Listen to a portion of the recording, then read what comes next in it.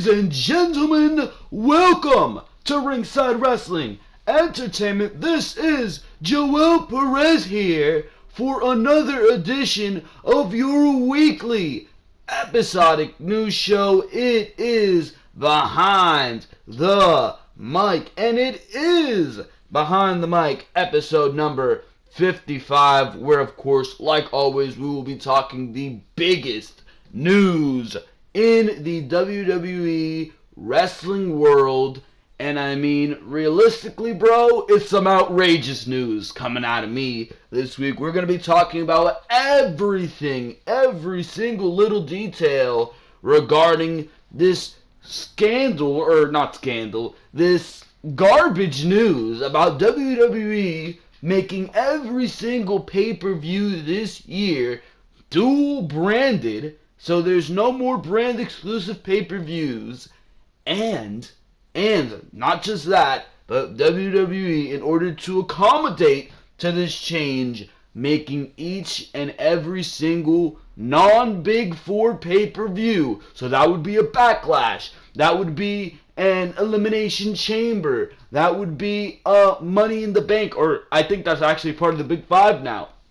But every single pay-per-view, at least 4 hours. I know. Shoot me in the head. Along with that, we have news on there being a WWE draft in order to, I guess, mix everything up, because if you look at the rosters right now and if you look at the quality of television right now, things certainly need to be mixed up. We also have news on WWE signing 3 superstars, extending their deals. We're going to talk about who those superstars are and whether or not I believe they should have re-signed. We're also going to be talking about the real reason that WWE created the Rusev Day gimmick. And we're going to also be talking about if WWE, upon this gimmick getting over, is going to be utilizing it to its fullest potential, and a list of superstars who could end up missing WrestleMania 34. So that is the news this week right here on Behind the Mic, episode number 55. Some bombshell news stories here today. But of course, before we get into all of that, I just want to make sure to tell you guys to make sure to go check out all the other content on the Ringside Wrestling YouTube channel. And that is, of course, because there is so much other content for you to go check out. Of course, this week you had your Monday Night Raw and Smackdown reviews. Make sure to go check those out if you missed it on Monday Night Raw. The announcement, or after Monday Night Raw, that was the news coming out of Monday Night Raw, but there was some controversial finish between Finn Balor and Seth Rollins, which wasn't too controversial because it was settled in 20 minutes after Monday Night Raw went off the air. It was announced that there would be a seven-man elimination chamber for the first time. How that will work, I don't know, but we damn sure do discuss it on Monday Night Raw, as well with everything else that happened on that show. And of course, on SmackDown Live, you had 2 more names added to the WWE Fastlane 2018 main event, and we're going to be talking about how it makes no goddamn sense right there on SmackDown Live. So if you missed SmackDown Live, or you want an educated opinion on SmackDown Live, if you missed Monday Night Raw, or you want an educated opinion on Monday Night Raw, or both of those things, make sure to go check out those reviews, because of course for now we're going to be going straight into the news stories right here on Behind the Mic, episode number 55. And we're starting off with this news story on WWE extending all pay-per-views to be going to dual branded status. So this has all begun due to the fact that Ticketmaster, to the people who already bought tickets for Backlash, sent out an email saying that this pay-per-view would now be dual branded. Now this spiraled into people believing that all other pay-per-views will be dual branded for the rest of the year as well. So let's read the article and then I'll give you my opinion on this.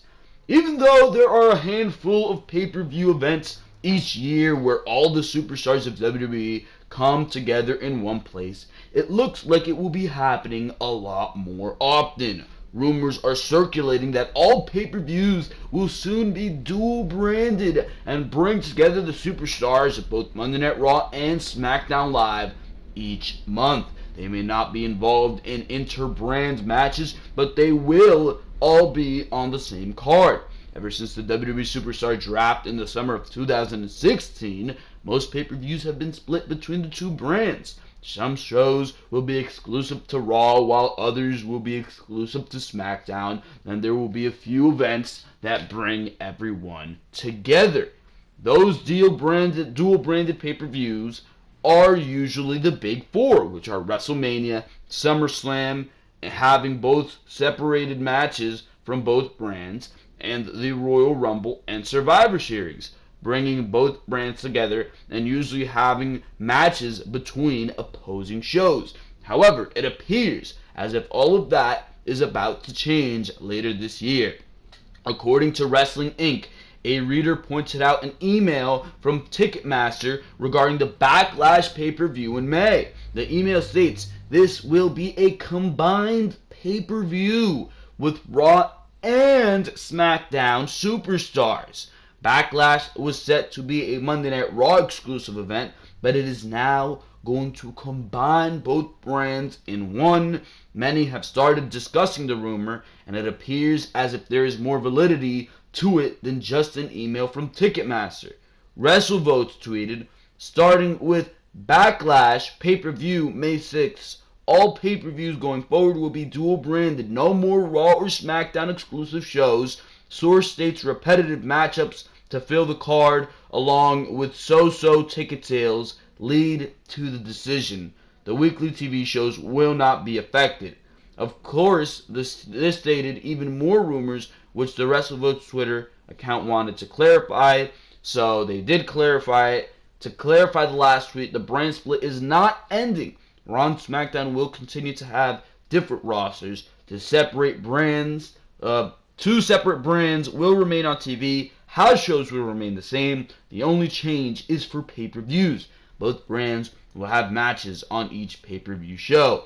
Not every single pay-per-view is going to have matches pitting Raw superstars against those on SmackDown Live. The matches will still be built up on the weekly separate shows and take place on the pay-per-views, but the red versus blue events will still be held for special times of the year. According to Ringside News, all pay-per-views will not only be dual-branded, but they will also be 4 hours each.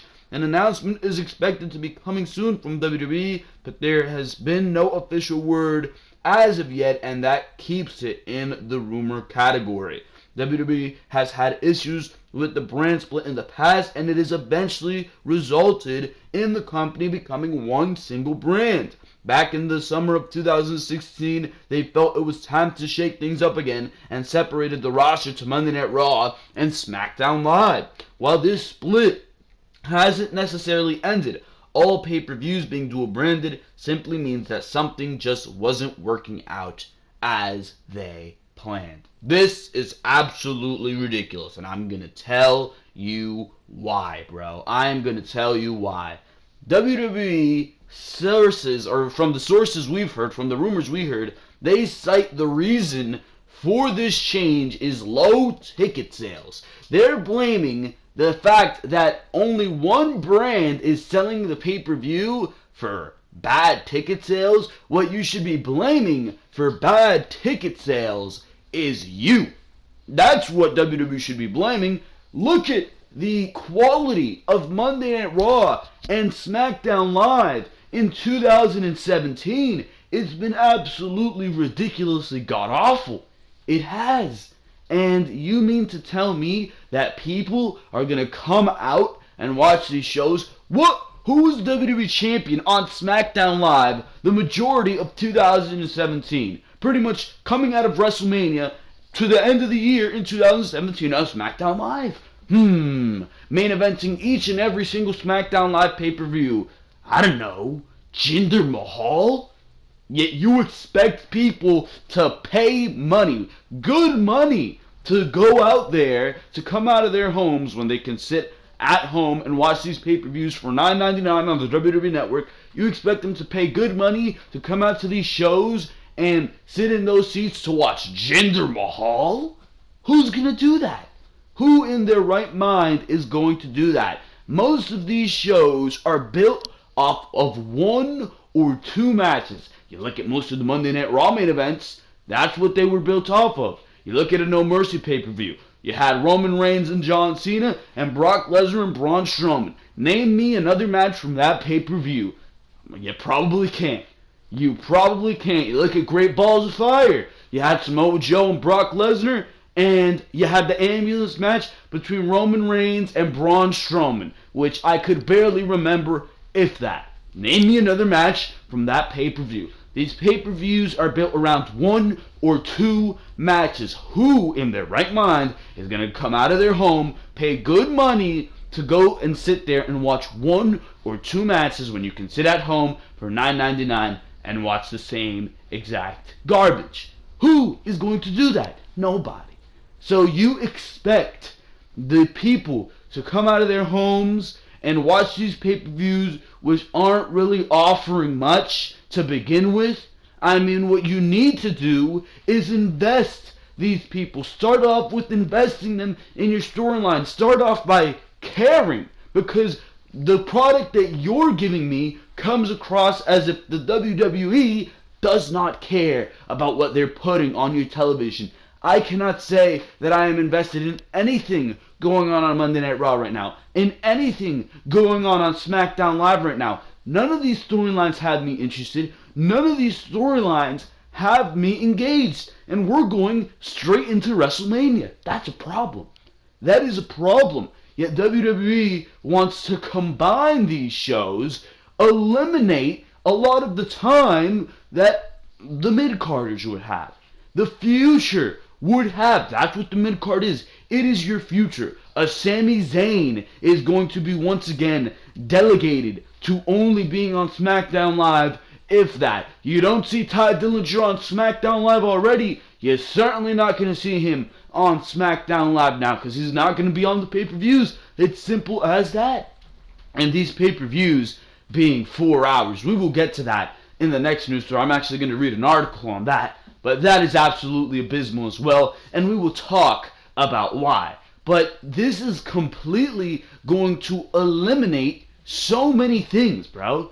The brands having their own exclusive pay-per-views gives it a feel that it is a brand split, that it is competition. These two brands being on the same show each and every single month is going to eliminate a big aspect of the brand split. It is, and it's eventually going to trickle down, and you're going to eliminate that aspect, and you're going to eliminate the next aspect, and eventually you're not going to have a brand split anymore, and that's going to create a problem, because you're at the point right now where you have so much talent that you can't go back on a brand split. In 2016, it was very different. In 2016, you barely had any talent to create a brand split. Well, what did you do? You found the talent, and now you've got a flourishing roster. You do, especially when it comes to singles acts. When it comes to tag teams and women, that's a completely different story, and I think we will discuss that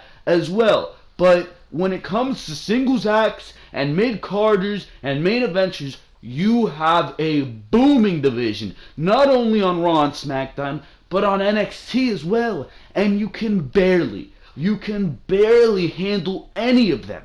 You can barely handle any of your main eventers or mid-carders correctly. They book Roman Reigns as an overpowered god. Braun Strowman is one of the only people who they can book correctly. Elias is one of the only people they can book correctly. But how about Finn Balor?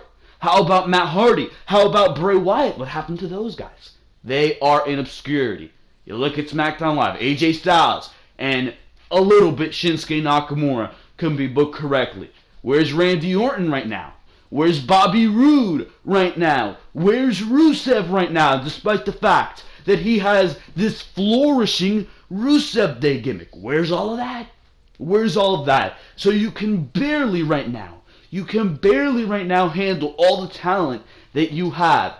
Going back on a lot of the things that create a foundation for a brand split is going to finally crumble like it did the first time, and it's going to result in you going back to one show, and that being a 3-hour Monday Night Raw, being where everybody culminates to make a show.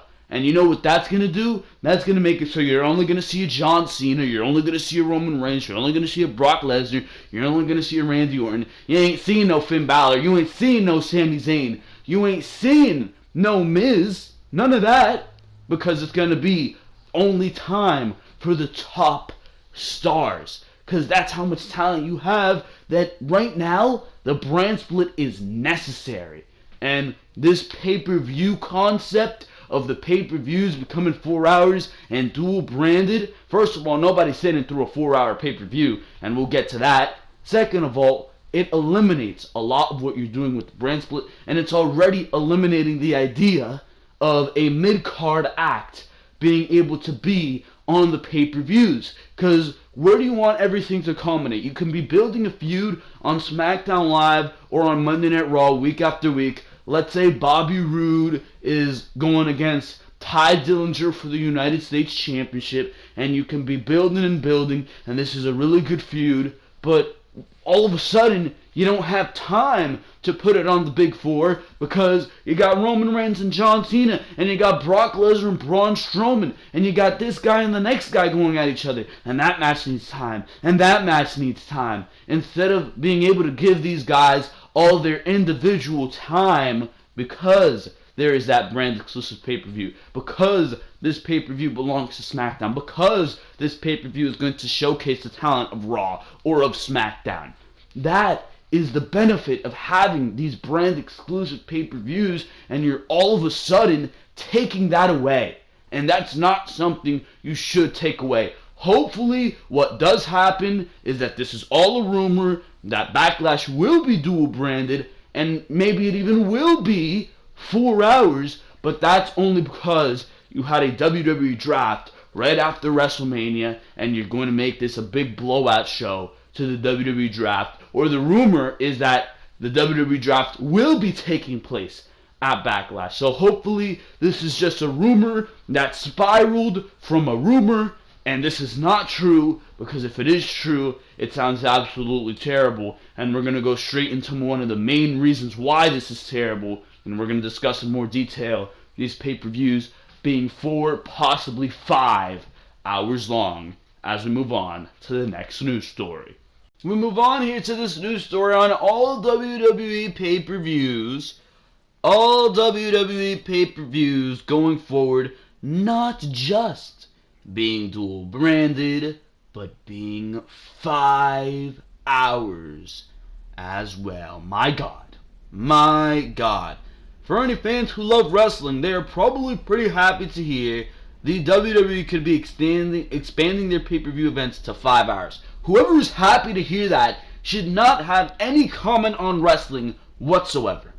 One piece of potentially great news for wrestling fans that came out recently is that starting in May, WWE could begin to run every pay-per-view event as dual brand efforts. This would mean that the stars of Monday Night Raw and SmackDown would appear on every single pay-per-view. This is a great idea on paper, as having one brand fill a pay-per-view can lead to repeated matchups that become stale. It leads to boredom and apathy from fans, which is about the worst outcome possible. The potential bad news is WWE is also considering making every single pay-per-view 5 hours long, with a 1 hour pre-show and 4 hour main card. This report comes from CageSideSeats.com via Dave Meltzer. It's kind of hard to understand how this solves any type of problem. If they put both brands on one 3-hour show, it would force them to continually come up with fresh matches and would leave the fans wanting more. That's truly not a bad thing. Fans shouldn't feel like it's a struggle to watch an event. If you go to the pay-per-view in person, you're probably looking at a roughly 7-hour experience. That's close to the equivalent of 2 NFL football games back to back. Extending the show and making both brands fill 5 hours of content absolutely makes zero sense. Each brand would still be responsible for around 2.5 hours of programming every pay-per-view. Is it that any different than a 3-hour pay-per-view event? The 5 hours doesn't include Raw, Smackdown, NXT, along with 205 Live. If a wrestling fan were to watch every show, they would be trying to tackle 12 hours of programming between Sunday to Wednesday night. That is just too far for anyone to watch when it's the week of a pay-per-view. Wrestling fans know that good ideas can become bad ideas in a hurry. Combining the pay-per-views is a smart idea for WWE, but extending the runtime and asking for 5 hours in a sitting every month is far too much. And you can't help but agree. You can't help but agree. Who the hell is going to sit through 5 goddamn hours of a WWE pay-per-view? I struggle to do it when a SummerSlam comes around, when a Royal Rumble comes around, when a WrestleMania comes around. WrestleMania is like 7 hours. It's at this point like 7 hours. By the end of WrestleMania, I'm just completely in a clusterfuck. I don't even know how I did it this past year, bro. WrestleMania 33, I was just completely in a heap, bro. I don't even know. At the end of that pay-per-view, I did the review after it. It was like 1 in the morning. I was stumbling over every word. That was an awful review. That was an absolutely awful review. I was all caught up in emotions because that was when The Undertaker was retiring. You have this each and every single month. You go back and watch my SummerSlam review this past year as well. SummerSlam was a completely terrible pay-per-view. Most of these pay-per-views, with the way WWE writes television, my God, they're probably going to be absolutely abysmal experiences. That is probably what these pay-per-views are going to be. And I already remember, I have nightmares of sitting through 5 hours, 6 hours, whatever the hell it was, of SummerSlam, bro. SummerSlam in 2017 was one of the worst pay-per-views WWE could ever put on, bro. That was god-awful television right there, was SummerSlam 2017. And we had to sit through that. Now imagine sitting through that each and every single month. No one in their right mind is going to do that. This is a terrible idea. Nobody is going to want to go out to these shows each month and sit out there and be paying $14 for a goddamn beer or a water bottle, because that's how they be abusing shit in these pay-per-views, bro, or at these events. So it's ridiculous to even think that WWE would make these pay-per-views 4 hours. You want to do it with Backlash, you want to have a WWE draft at Backlash, fine, suit yourself. But please, let this be a rumor. That's all I ask. That is all I ask, bro. And as far as making fresh matchups go, you had so many opportunities this past year to make fresh, interesting, intriguing matchups at pay-per-views. You just look at the roster SmackDown Live had an access to, and you're saying, damn, they could have put on some great pay-per-views, bro. Instead, they gave away Randy Orton and Shinsuke Nakamura on SmackDown Live. Randy Orton and AJ Styles on SmackDown Live. John Cena and Shinsuke Nakamura on SmackDown Live. That was all on SmackDown Live, free television, given away. So you mean to tell me that these fresh, interesting matchups that these matchups are becoming stale? It's only becoming stale because of your own doing. And this all goes back to WWE not being able to write television correctly, not being able to produce interesting, intriguing television that will have me invested in what's going on. It all goes back to being their fault.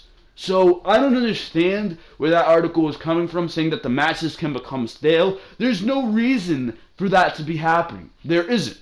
There is not. Each and every single week in the women's division, we're getting a 6-woman tag. There's no reason for that to be happening. There's not.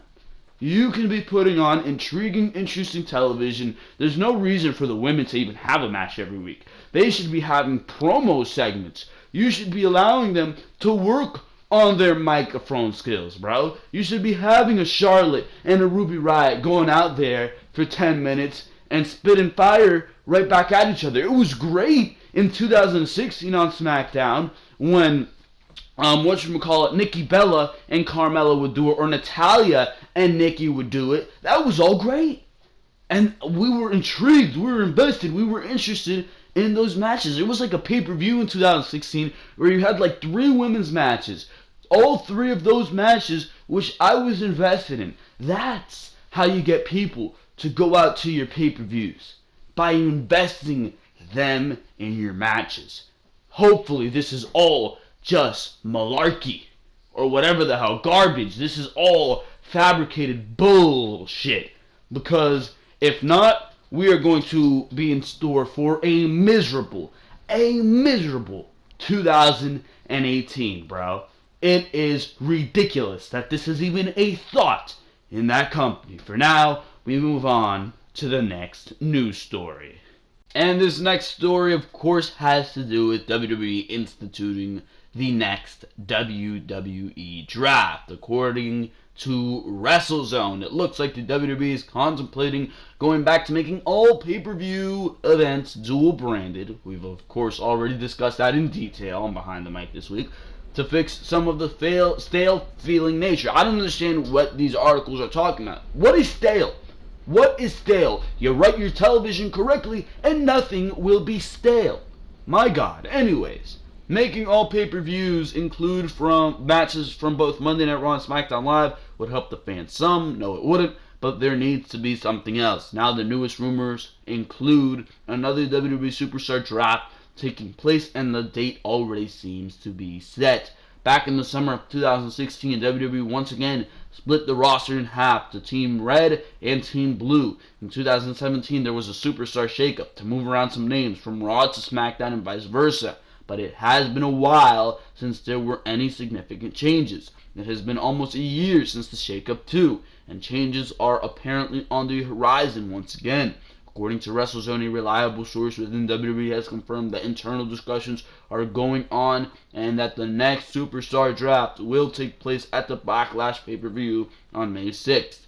Timing it for Backlash is rather interesting, as it would take place on a pay-per-view and not on Monday Night Raw as it has in the past, with pay-per-views rumored to go to 4 hours and taking place a month after WrestleMania 34. This speculation about the draft makes a lot of sense. According to the report, an email was sent out around WWE that Backlash would have superstars from both Monday Night Raw and SmackDown Live. Ticketmaster has confirmed that this was true by an email sent out to ticket holders to let them know the same thing. This changes because all pay-per-views will be dual-branded from that point on, but the Superstar Draft will supposedly happen that night. Of course, WWE has not officially said anything to confirm this, and likely won't until they're ready for the fans to know it.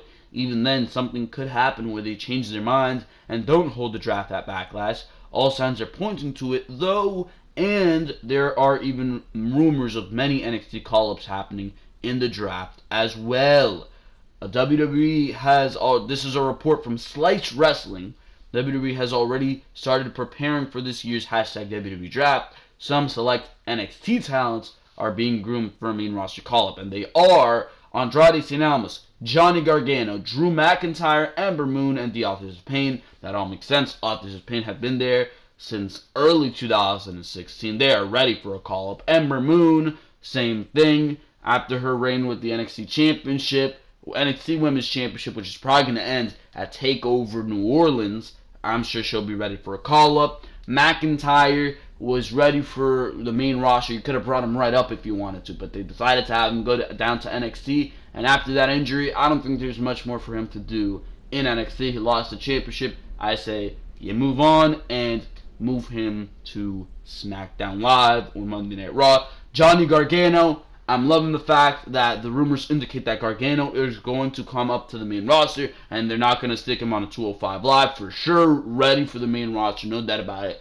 SmackDown Live, He'll fit like a glove. Same thing with Andrade Cien, bro. He'll fit like a glove, and of course, I'm glad that they're not going to stick him on 205 Live, because those two guys, you seen the matchup they had at NXT TakeOver Philadelphia, and you won't be thinking anything else but these guys are ready for the main roster.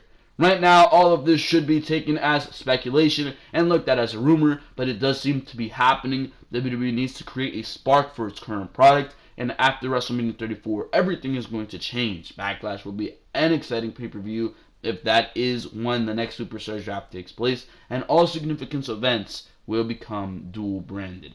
Now, hopefully that dual-branded crap is not a reality. That sounds absolutely abysmal, and it's going to take away opportunity from a lot of superstars.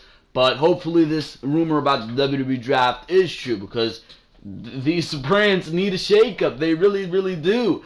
How good would SmackDown Live look with Bray Wyatt, The Miz? You put Andrade Cien on there, Johnny Gargano, keep AJ Styles, but by that point, I'm sure they're going to be sticking AJ Styles right on Monday Night Raw and putting Roman Reigns on SmackDown Live to vary it up. But I'd love to see Seth Rollins on SmackDown, Finn Balor on SmackDown, Samoa Joe on SmackDown. You can have all that. Move Randy Orton to Monday Night Raw. Keep Braun Strowman on Monday Night Raw. I think that's where he needs to be. I don't even know how they would structure that, but it'd just be exciting, and it'd be crazy, and it'd be nice to see a WWE Draft. I'd actually be excited for that, because right now, as far as Monday Night Raw and SmackDown go, those are stale. As far as the brand exclusive pay-per-views go, that has nothing to do with dual-branded pay-per-views. And WWE citing ticket sales, that has nothing to do, that should not be a reason to inspire dual-branded pay-per-views. There is no accurate reason to be citing dual-branded pay-per-views, because it's absolutely unnecessary, and the negatives far outweigh the positives, and I think we all need to realize that. But as far as the WWE Draft goes, I think this is absolutely necessary. I think WWE should be making trades. I don't think a draft per se is necessary. I say that throughout the year they should be keeping things fresh, keeping things exciting, and having trades go down between the general managers of SmackDown Live and Monday Night Raw. I think that's clear.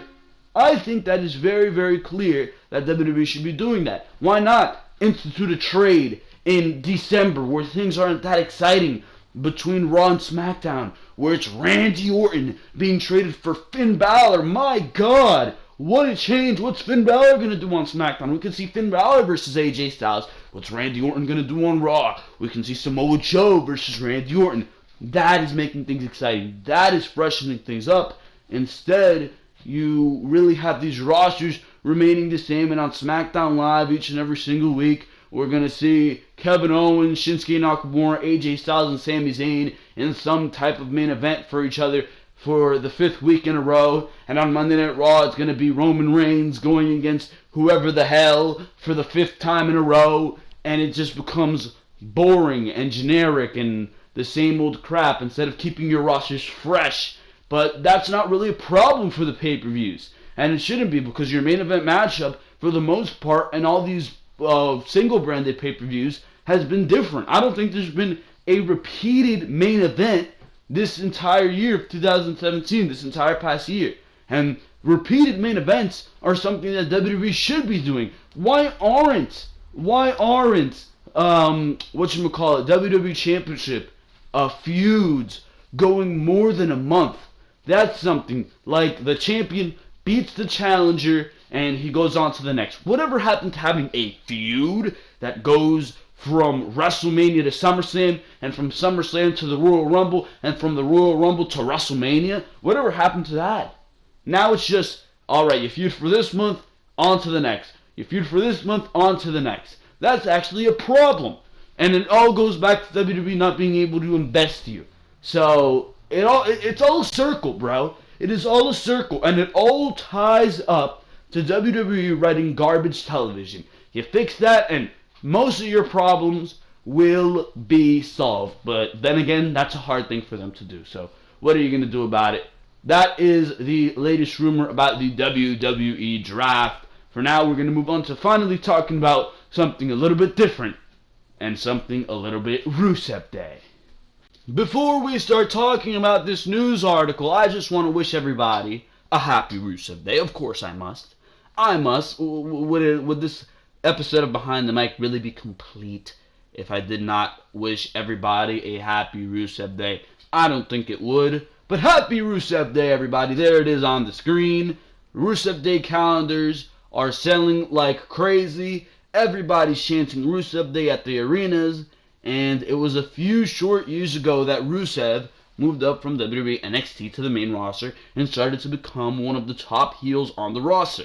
After a nice long undefeated streak with his manager Lana by his side, Rusev finally faced off with John Cena where he suffered his first loss. After that, his career spiraled down, ending with him taking a role in a faction with Sheamus, Wade Barrett, and Alberto Del Rio. He lost his manager as the WWE moved Lana into a wrestler role, and it looked like Rusev's time on top had ended. However, recently the crowd had begun to chant Rusev Day, and the Bulgarian monster found a new life. As he told ESPN, it was not something anyone expected. When Rusev, a heel on the Smackdown Live roster, entered the Royal Rumble match in January, everyone stood and cheered for him. Despite there being good guys in the ring, fans all started chanting Rusev Day as the Bulgarian came out to compete. Interestingly, Rusev said that he and the WWE plan to use Rusev Day on one occasion to put more heat on him. A villain declaring a day to honor himself should turn most fans against him. However, fans had been wanting to cheer Rusev for months, and they latched on to the fake holiday.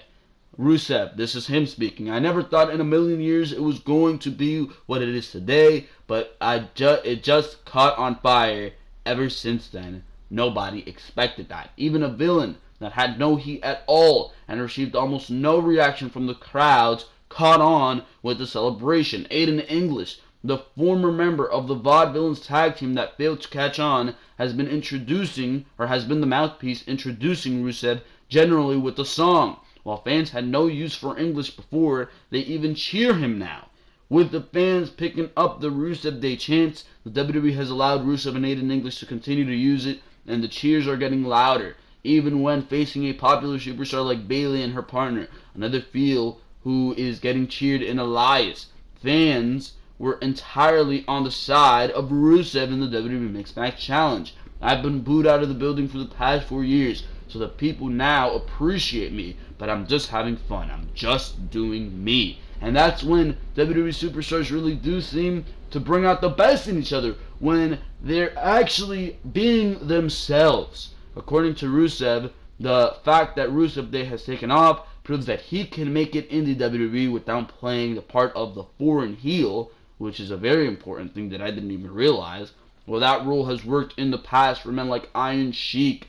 Rusev doesn't just want to be limited by the foreign heel role in the WWE, and thanks to Rusev Day, it looks like the WWE Universe is giving him that opportunity. And this all sounds great, this all sounds jolly, but what you really need to be thinking of is WWE going to capitalize on Rusev Day? Because what is Rusev Day? This is logistically something that WWE can be using to make themselves a whole lot of moolah, dinero. Some of that Robert De Niro, you already know. Because, I mean, the crowd is going absolutely crazy for this. That cannot be denied. That cannot be understated. Each and every single arena they go to, it's Rusev Day chants all over the place. And WWE, at least as of now, has not been utilizing that to its fullest potential. You still have Rusev and Aiden English in tag team matches with the New Day where they're being thrown into pancakes. They're still being disrespected. They're still not being used as a serious act. And that's something WWE loves to do. Do not forget that. They love to take this talent who has gotten themselves over and throw it to the wayside. You've seen it with Wade Barrett. He was Bad News Barrett, finally getting over. This was a great gimmick. Everybody was saying it. I would say it to my friends. I'm afraid I've got some bad news, right? And it was so over. And they just ripped it away. He became King Barrett. Nobody gave a crap anymore. No one gave a crap anymore. And where's Wade Barrett now? Definitely not in the WWE. They did that. They took that away from him. You look at The Real Americans gimmick that Jack Swagger had with Cesaro, that was getting insanely over, that tag team was. They were. We the People. That was very over. And WWE, little do you know, before you know it, they take it away. And where's Jack Swagger now? Definitely not in the WWE. Cesaro hung on there, but I mean, he's not doing much outside of a tag team right now in the WWE. And we already know how talented Cesaro is. I'm afraid they're going to do the same thing to Rusev, because you know the talent that Rusev has. But when WWE does not intend to get something over, when it screws with their plans, WWE just loves to rip it away. Hey, you want it? You want it? You can't have it. You can't have it. And I feel that's exactly what they're going to do with Rusev Day. Because realistically, if WWE wants to, they can capitalize on this. They're making money. They're already making money on this. Even though this isn't the prime focus of any other television, Rusev Day t-shirts were the top selling items on WWE.com. Not sure if they still are, but at one point it was. And same thing with those Rusev Day calendars that they made. Selling like crazy. And those calendars, I think each month is just Rusev Day each and every single day. So it's not even like a logistic, like actual calendar, bro. So that is crazy. That is just absolutely crazy, bro. It is Rusev Day right now. It is Rusev Day every day. I love it. I love this gimmick. Yet is WWE going to show the same love to this gimmick? Are they going to allow Rusev to go as far as to having a United States Championship run? Are they going to go Aiden English and Rusev as far as to holding the tag team titles, going to WrestleMania and taking it from the Usos? Are they going to put the Bludgeon Brothers in that position? Or are they going to have Randy Orton face Bobby Roode for the United States Championship? Is Rusev going to go after WrestleMania and be able to have a feud with AJ Styles or Shinsuke Nakamura? Is any of that going to happen? I don't think so. Actually, I don't think so. I know so that none of that is going to happen. And you know why? Because this was not made by WWE. WWE did not fine craft Rusev Day. Yeah, they came up with the gimmick. Yeah, they said, yeah, you can go out and use that one time. But they didn't expect it to catch on fire. That's messing up their plans. We wanted the Bludgeon Brothers versus the Usos. And now the crowd is making it so Rusev Day has a say in this? No, we don't want that. We don't want that. So what are they going to do? They're going to keep Rusev Day down. They're going to keep Rusev losing. They're going to keep on doing that despite the reaction, despite the chants, despite everything. And you know why I know that? Because that's what they've done in the past so many different times. And I don't expect WWE to prove me otherwise at this point, and it is a very sad thing. It will come a day where it is no longer Rusev Day, and that is not going to be a very happy day, but at least we know that Rusev does have the ability to get over, that he's not just a great wrestler, but he can do it as well in the gimmick department, and that's going to help him one day, especially if he decides to take the mighty ride of taking a step away from the WWE. For now, let's move on to the next news story.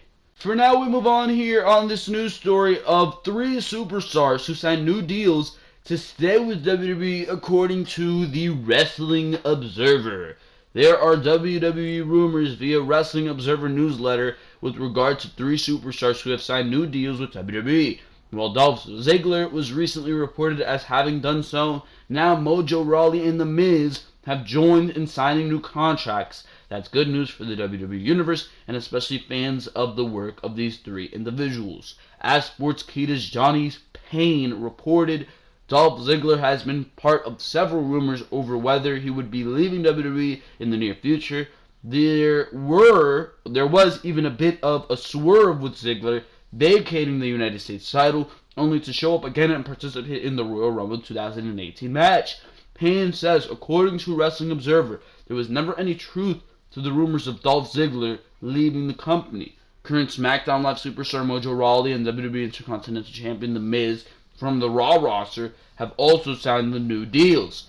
The Miz had been previously reported as having signed a 4-year deal, no surprise to anybody, while the latest rumors indicate that WWE has high hopes on Rawley going forward.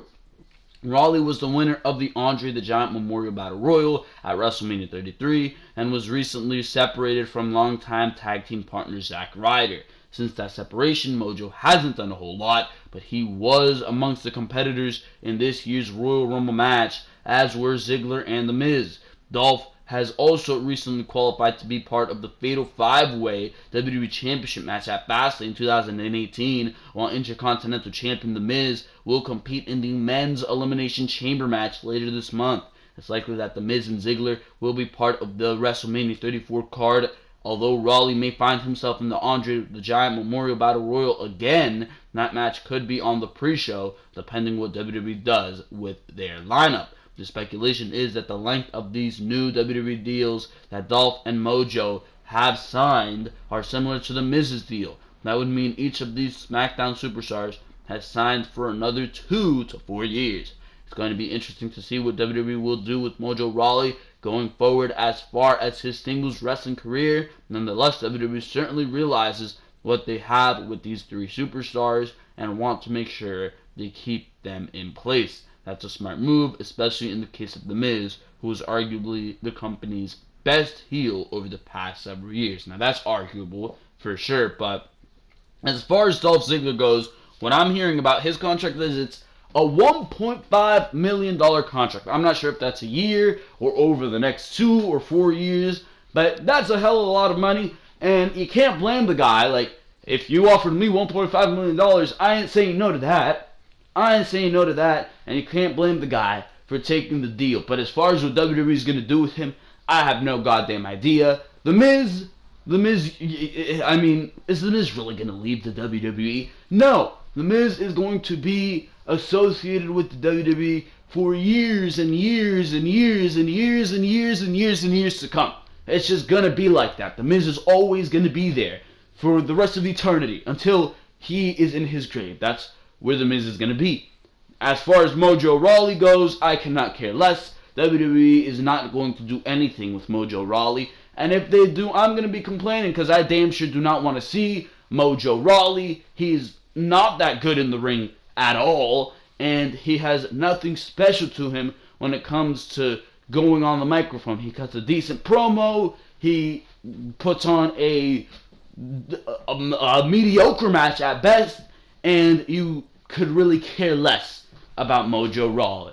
Dolph Ziggler is the biggest thing to talk about here. Because Dolph Ziggler, you thought he was not going to re-sign with the WWE. From what I'm hearing, it was a last-minute re-sign once they offered him this contract that you could not pass up. And I feel like the only reason WWE signed the back Dolph Ziggler is for the very fact that they don't want him to go. They want to have Dolph Ziggler in their possession because they know what Dolph Ziggler's capable of if he goes out to the indie scene and joins a Bullet Club and wrestles a Cody Rhodes and wrestles the Young Bucks and wrestles Kota Ibushi and wrestles Kenny Omega and Kazuchika Okada. They know that Dolph Ziggler is going to get immensely popular and is going to make a name for himself because he is one of the best in the world at what he does. That's what Dolph Ziggler is. And WWE is going to keep misutilizing Dolph Ziggler.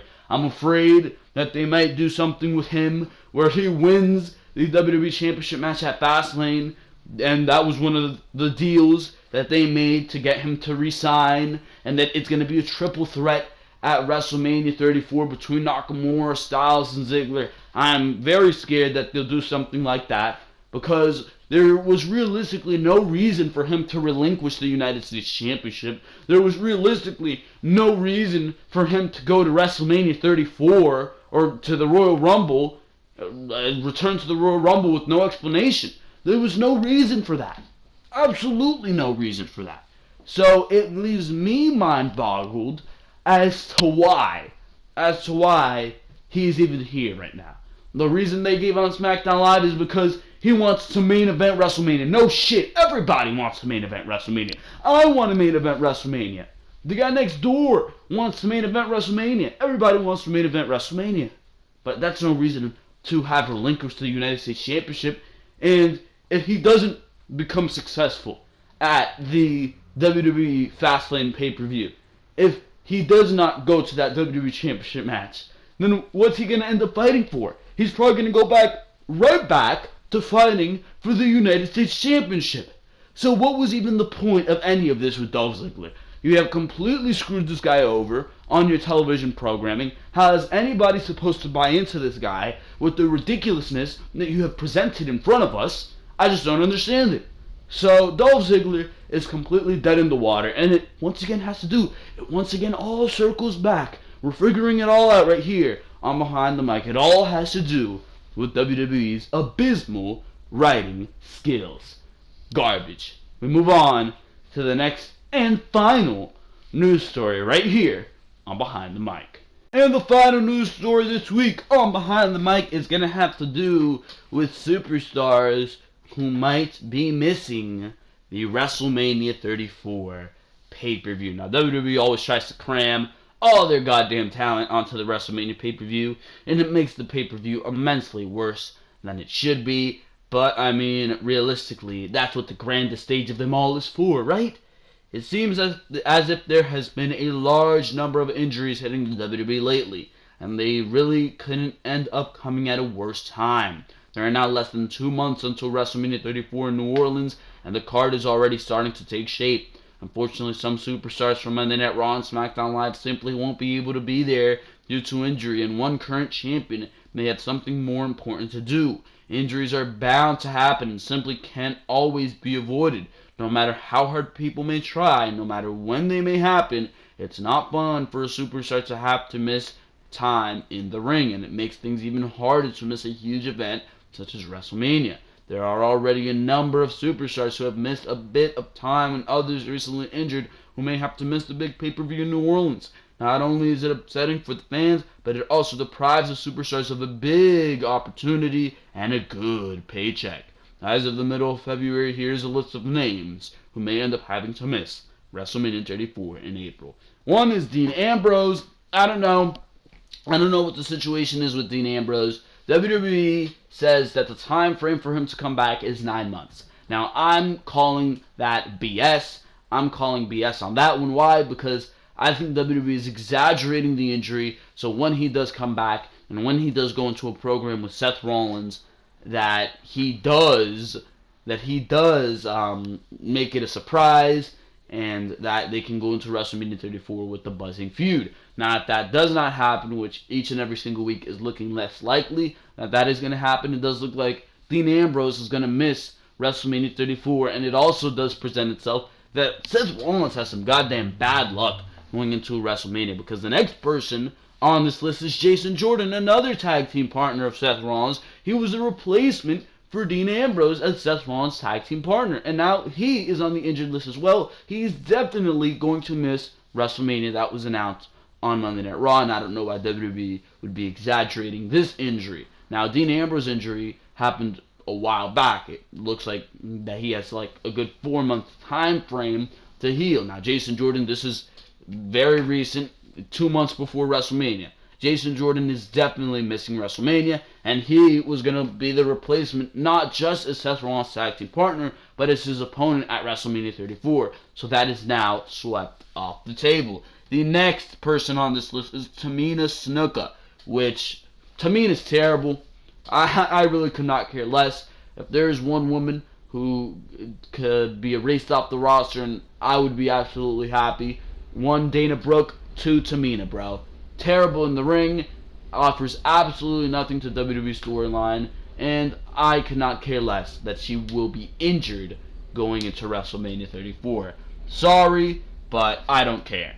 Next person on this list, which could maybe affect WrestleMania 34 plans, is Jeff Hardy. I'm holding hope that he will be back in time, because he's been out all the way since like July of this year, I believe. I'm not sure when it was that Jeff Hardy went out with injury. I recall, but bro, I think that Jeff Hardy could be back in time, and if he is back in time, he can join his brother Matt in a battle against Bray Wyatt or a battle against the Revival for the Tag Team Championship. You definitely need something interesting for the Raw Tag Team titles going into WrestleMania 34, and I think maybe Jeff Hardy could be it. It just all depends with the timing. Will he be back in time? I have no goddamn idea. I think that it was originally his time frame for the injury was originally supposed to run past WrestleMania 34, so it is doubt once again if he will make the pay-per-view. But if he does make the pay-per-view, he can be making it to he could be making it to WrestleMania 34 in time. So Samoa Joe is the next person. And Samoa Joe misses WrestleMania 34. I am going to be completely sad. And Samoa Joe definitely deserves to be at WrestleMania. This guy has been fantastic in everything he does on WWE television. I believe he has avoided 2 major bullets the 2 times he has gone down with injury, because the 2 major times that he's gone down with injury over the past couple months has been times where it was rumored that he was going to go into a program with John Cena of some sorts. The first time it was that he was going to take an L to John Cena on Monday Night Raw, and the second time was that he was going to be eliminated in the same fashion that Elias did, which was right away by John Cena in the Royal Rumble. So thankfully that did not happen, but Samoa Joe is down with injury, and something that you're not going to be thinking to happen is for him to miss WrestleMania 34. He can be a huge part of the show if WWE allows it and plays their cards correctly, and I would love to see Samoa Joe at WrestleMania 34. You can put him in any type of match, and it would be great. A match against Braun Strowman would not be something that I would be complaining about. I would love to see that, but realistically, you throw this guy in any scenario, and he'd be great, but he could be missing WrestleMania 34. The next, and this is probably not going to happen, but The Miz. The Miz and Maurice could be missing WrestleMania 34 because Maurice is scheduled to have her baby on April 6th or April 7th, and it could even happen on the day of WrestleMania, April 8th. And if you know, The Miz, if you're up to date with your WWE television, The Miz is the Intercontinental Champion right now. So it could cause a huge dilemma if your Intercontinental Champion misses WrestleMania due to having to tend to his newborn baby. And The Miz definitely said, if you recall what he said on Raw, he will be there to witness the birth of his baby. He will. So it's going to be interesting to see how the cards play out. Anything can really happen, and the Maurice can have her baby on the day of WrestleMania, and The Miz could be all hands off deck for the WrestleMania 34 pay-per-view. So that is a list of people who might miss WrestleMania 34. Some names that I'm happy would miss WrestleMania 34. Tamina. Some names that I'm not happy would miss WrestleMania 34. Samoa Joe. Some names that are necessary to be at WrestleMania 34 and might not be, aka The Miz. So for now, ladies and gentlemen, that is the latest news, and for now we're going to go straight to the closing segments of Behind the Mic, episode number 55.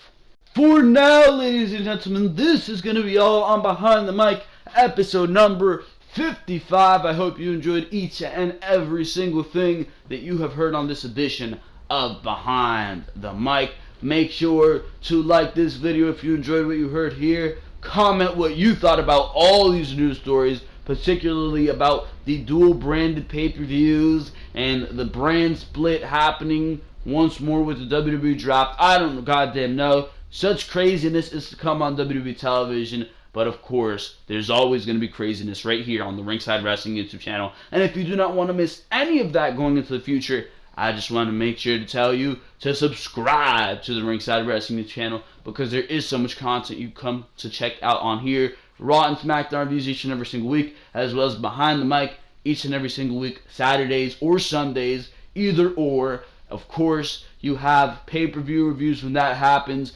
NXT TakeOver specials being reviewed, breaking news stories all the time right here on Ringside Wrestling. So make sure to subscribe if you do not want to miss any of that. Preview and predictions are coming up for the Elimination Chamber pay-per-view happening on February 25th. I'm not glad that it's happening on February 25th because I personally want to watch The Walking Dead premiere, but of course that's not going to be able to happen because we got to sit there and watch Roman Reigns spear Superman punch through his Elimination Chamber, which will be 7 men for the first time ever. But that is besides the point, because for now, this has been Joel Perez of Ringside Wrestling Entertainment, and for now, I am out of here. Thank you very, very much for watching this video. I will see you next time right here on Ringside Wrestling.